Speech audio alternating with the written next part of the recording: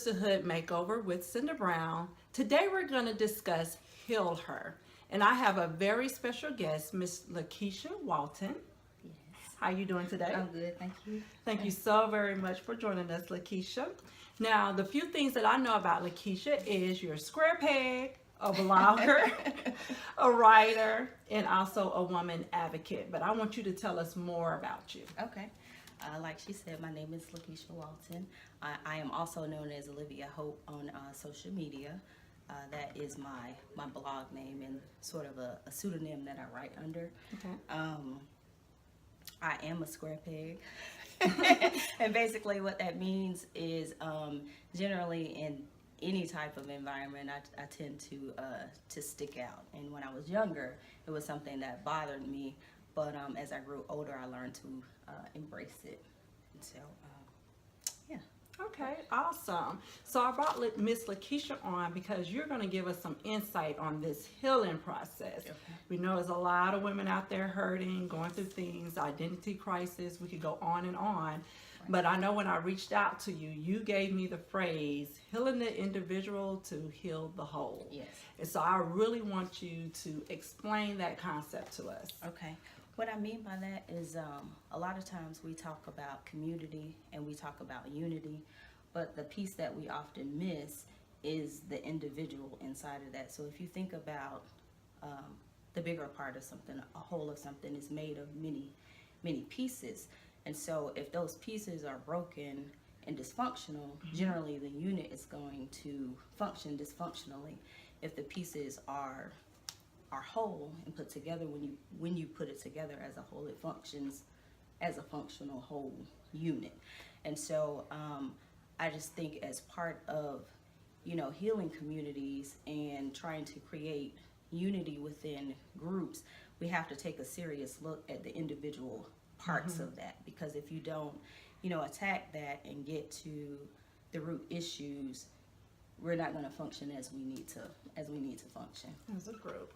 Awesome. And I totally get that concept, because I know a lot of people used to say, like, when you find a spouse or mate, that a half and half make a whole, and we know a whole and whole makes a whole. Right. So that's pretty much the concept Yes. you're speaking of. Yes. Okay. I like that.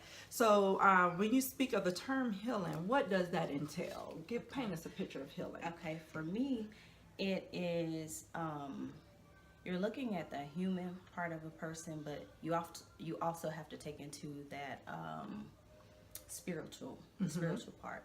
But it's the mind, it's the body, it's the spirit, it's the emotions. You can't just do like one piece of that and expect to be functional at optimal capacity. It just doesn't work like that. You may not go through the healing processes in all those areas at the same time, but you do have to get at all of them at some point in time if you expect to be a whole person. I agree with that. I love that. So where does your passion to heal women come from? I know it's a story behind it. Yes, there is. And so the passion comes from my personal experiences, my personal pains and brokenness and instances of hurt, and also observations and experiences that I've had, concerning other women. I truly want, I guess, really based on my own stuff. You never want another woman to go through some of the things that you've gone through, or another person really, but my heart is specifically women. Because I am a woman, right? And I want women to win, and I want them to realize and walk into the power and authority that they have in them, because I think we often don't realize how much we possess, and we're always looking outward at other women, and a lot of times we want to possess what they have, not realizing that we possess the same thing, and we just have to own that, and just kind of walk into it. And I just want to be an encourager and an empowerer, for women. And you have already been that for me. I didn't even know her until I kicked off Sisterhood Makeover, and you have really been encouraging me. So is there like a particular experience that you had to go through a healing process, that way we could just give sisters a little bit more picture of how they could get there. Right, right. So, what did it for me was really 2012 is the year for Okay. me. And in that year, I was 36 years old, and I found out I was pregnant. It was an unplanned pregnancy, and I was in a relationship. The relationship ended Wow. shortly after the pregnancy. So, I was dealing with hurt, rejection, feeling broken, the pregnancy and what was going on with it. And I had reached a crossroads where I felt like I needed to take a look at my life. And it was like, okay, what are you doing? What decisions are you making? What's your thought patterns? What's your, really, what are you doing? And how do you expect to have different results if you don't do anything differently? Right. And I needed to take my power back. I had given it. I had lost myself inside of not just that relationship, but when I looked at the other relationships, I'd done the same thing. It's just that I stayed in. Yeah, it was exactly a pattern, and I really had to take a look at that. And it's like, okay, if you say you want certain things, you're gonna have to do something differently. So I had to go through a process. I ended up in a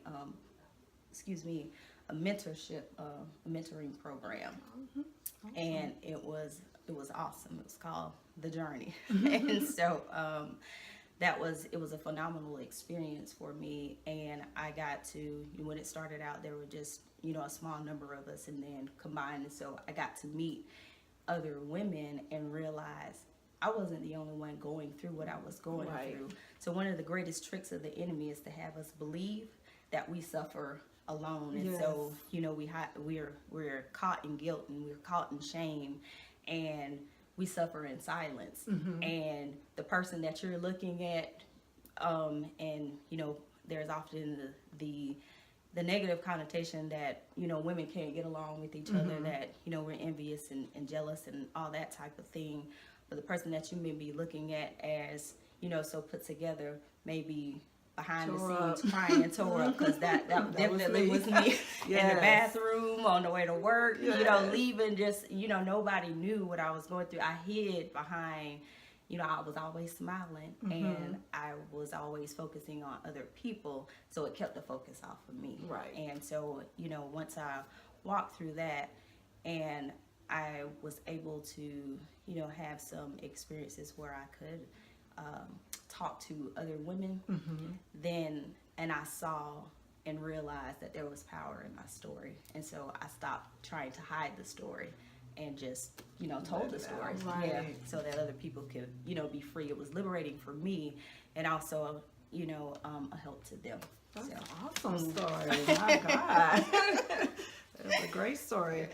Now, you already shared an area that you said you felt broken or hurt, but what was the healing process? So you kind of gave it to us, but now I just want you to break it down like in key steps. Right. That way they could do it over and over if they need to. So it's very specific steps. So one of the first things I had to do was acknowledge that there was a problem. So, I had to, kind of come out of denial and actually, I call it facing the mirror and facing myself. I'm like, okay, so you got some stuff going on, and you need to deal with them.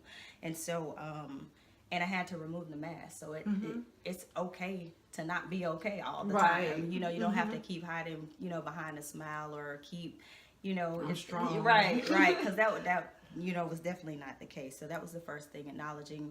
And then I had to be comfortable and willing to actually confront myself and agree to do the work. That's the piece we struggle with a little bit, because it hurts. It's painful, but you have to do it in order to, as part of the process, in order to progress. You also have to forgive, and we often talk about forgiving other people, but you also have to forgive yourself. That's important. You have to forgive yourself inside of that, so that it's okay for you to move forward. That's usually the most difficult to forgive. Exactly. It is, and often the most overlooked person inside of any dynamic.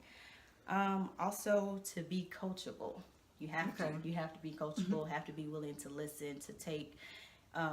You know, we may internalize it as criticism, but it's not. It's somebody else. You know, an unbiased individual looking at what you have going on, giving you a perspective, and you have to take a look at that if you're really, you know, willing to or wanting to move forward. So would you say that's like a decision as well? Because I know for me, when I was like in places of rejection, it was really, really difficult for me to receive constructive criticism. Yes, you have to use wisdom in who it comes from. Okay. Yeah. You have to. So, you know, everybody is not your person. But I do think that somebody is your person or could be your person. But you do have to use wisdom in that. You also have to learn the lesson. So if we don't learn it, you can rest assured that you're going to repeat it. It might have a different face on it. It might be in a different place, but you have to learn it, or you're going to repeat it. And for me, I had to own my thoughts. I had to own my actions, and I had to own my decisions. That's coming out of that. Get out of the back seat and stop allowing life to happen, and actually start directing what was going on in my life.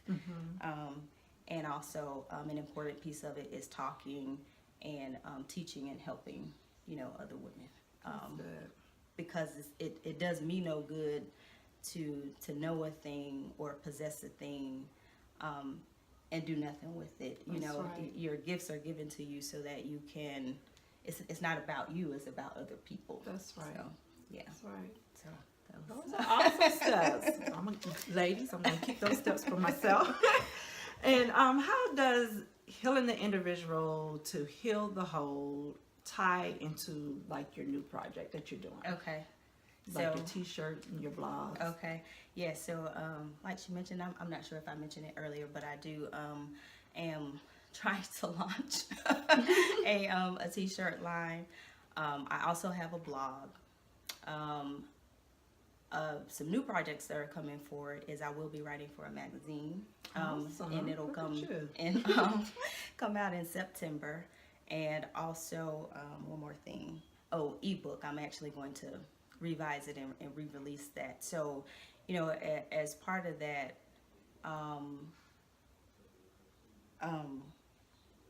my focus right now is the individual woman. At some point, I want to do things to where it's more community type things, but I feel the need that we need to focus, on the individual first, and then, at some point, roll into trying to do group type things, but we need to focus there. So all of those things, like the t-shirts are promote confidence and authenticity, and the blog and the magazine articles and that type of thing, they'll focus more on furthering the mission. And my maxim or slogan, if you will, is be authentic, be powerful, be you. Awesome. So, yeah. Awesome. I love that. Now, I got a little hit of myself, but I want you to tell us, I'm going to backtrack, and I want you to tell us with the healing process, is that a quick process or does it take time? So, I believe that it can happen both ways, but generally it is definitely a process. It is not a quick fix all the time, the majority of the time. Because 9 times out of 10, you didn't get in the situation quickly. Right. It's something that happened over time. A lot of our issues and things that we've gotten into, it manifests when we're older, but it probably started, in youth. Right. And we just carry things over, and then, and never dealt with them, and then they show up in later forms. But I do think that it's possible in the midst of chaos and in the midst of things happening to find peace inside of that. Because I was able to do that, find peace in the midst of, but still be able to go through the process of learning and growing and progressing. Yes. And as far as progress, it's a never-ending Yes. thing. It said that growth is a never-ending thing. Yes. If you stop growing, there is something wrong. Right. You should always be on some type of growth trajectory. Yes. So, but yeah. Yes, I love your answers. Okay, now I did a little research of my own. I looked at the Olivia Hope blog. Okay. So I have to let you share how you came up with that name because I read about that a little Right. and just the concept of it. Okay. So the name was actually funny. At the time I was working, and since I was a little girl, people struggled with pronouncing LaKeshia. I don't know I think it's because of how it's spelled. It's a common name, but the spelling of it is a little unique. So it was always a struggle. So I decided I was going to help people with with pronouncing my name. So I was going to adopt a new name. And so at that time, I was kind of into Scandal. I don't watch much TV, and so generally when I was watching it, the season had already ended, and I was like Hulu binging or whatever. But I liked the idea of the gladiators, and I liked the way she dressed and all that type of stuff. And I was like, I want to be a gladiator. Pull you in. So I was like, okay. I was like, but I didn't like some of the other stuff that was going on. So I'm like, yeah, we're gonna have to work on some stuff. So I decided I would be Olivia with a so it was ALYVIA, and Hope, because I wanted to offer women hope. That was the goal. So I put that together and became Olivia Hope. Now the funny thing about that was that I was so excited. I did, not much research, a little bit of research just to make sure that the handle was available on all social media. Yeah, so when I showed up on Periscope, I started, I watch videos and that type of thing. They can't pronounce Olivia either. Wow. They usually pronounce it Alvia, and I was like, well, my name is Cinda, and people mess that up. Oh. So. So I was like, I might as well just left it LaKeshia and just not even worry about it. But anyway, Olivia Hope. So now I kind of go by both names, and I had thought about, I use both names right now because I was going to try to transition and just to using LaKeshia, but people like Olivia, so I'm just Olivia and LaKeshia at the same time. Right. So I was like, I guess it'll be my pseudonym. Yeah, that's awesome. I thought that story was so cute. I was like cracking up when I was reading about the whole Olivia. Yeah, oh, you couldn't tell me I wasn't getting ready to be a gladiator. So the last thing I want you to do, LaKeshia, is tell us how we can find you, like on social media, find your blog, all that good stuff. Okay, so on my blog name is oliviahope.com, and it is ALYVIAHOPE.com. I am on Facebook and Instagram as the Olivia Hope, so at symbol THEALYVIAHOPE. The magazine, like I said, it circulates inside of churches, so I'm not sure which churches have it. So your local church, and it's called the Total Human. I'm not sure what my article is going to be entitled just yet, but I guess I'll have a session or a couple of sections in there. So look for that. What else? Also on Periscope as the Olivia Hope, and the T-shirt actually goes under a different name. That line goes under think pieces, but it's also connected to the blog, so you can get to it that way. Some cool stuff. She has some very, very awesome things going on, and she is an excellent writer. Because I really was like, oh, I want to write like her when I was reading some of the stuff, because I eventually do want to do a book. Okay. So she's a very great person to look towards if you want to get good on your writing. Right. But now I just wanted you to share any last thoughts that you want to give to women on healing and sisterhood. Okay. If you have any. Yes, I had so many things that I wanted to say, so I jotted down a few things. So I think in order to actually effectually change your life, you have to, and I think I touched on this earlier, consider your mindset. Really look at your thoughts, because the majority of the time you spend the most time with yourself, and you have to look at what you're saying to yourself. Are you speaking life into you, into your situation? Are you self-sabotaging? What are you saying to yourself? You really have to get clear on that and start redirecting those thoughts. You also have to start, instead of internalizing, meaning looking at things from your own human perspective, start looking at it through the eyes of God. What is He saying about you? What does He say? You're the head and not the tail. Right. You know, you're fearfully and wonderfully made. You know, He knew His plan for you before you were ever here, and just take those things and keep reinforcing them, you know, into your life. Start adding, you know, I went so far as to look up, what does confidence mean? What does identity mean? What does God say about confidence? What does He say about identity? And just, you know, be willing, and how does that apply to me? Be willing to, you know, walk through those steps. I mean, if you were to see my walls right now, I got post-it notes all over the place, because it's just like, okay, I need to keep that, because it's so easy for us to forget, you know, to forget. And we need to keep that, you know, at the forefront. Your circumstances, what you go through, the things that look like chaos and disorder, at some point that they're not just happenstance. It's not, you know, a mistake, but it's for your growth. That's right. It's a purpose in it, and a lot of times it has to do with your purpose and God's will for your life. And so you have to, you know, don't look at it and be so quick to. A lot of times we want to get out of situations, but we have to look at why, you know, why we're there. There is a lesson in it. We have to learn the lesson. You know, what is it about? Is it about me? Is it about another person? What is my piece in it, and how do I get beyond it? And how do I teach somebody else how to get out of, you know, their situation? It all works for our good at some point if we allow it to. So a lot of times we want to get out of situations quickly, but that is not always a good thing and what it's meant for us to do. Oftentimes our hurt and brokenness is meant for us to make reflection and actually draw us closer, you know, to God. And we have to take our hands off of it, relinquish control of it, and allow Him to work through us to do the work that He's going to do. And you have to believe that He is going to, you know, to do that work. Yeah. And remember that you have power and you have authority, and walk in it. Well, I've learned a lot. Yeah.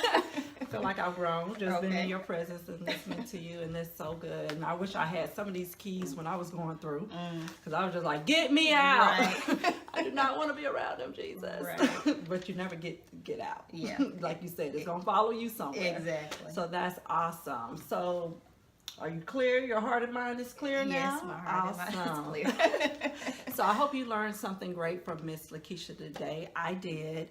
And today we just talked about healing the individual to heal the whole. We know her focus is try to work on or key in on individual issues. That way we can be a whole in the community. Right. Is that what you said, correct? Right. Okay. Well, ladies, I hope you enjoyed. I don't have anything else further to say. I think you nailed it right on the head. You gave us some great steps for our healing process. Right. You made it very clear to us. Please get connected with LaKeshia. Follow the Olivia Hope on her blog, and find her on Instagram and on other social media pages. And once again, signing off, your friend and your sister, Cinda Brown. Have a great day.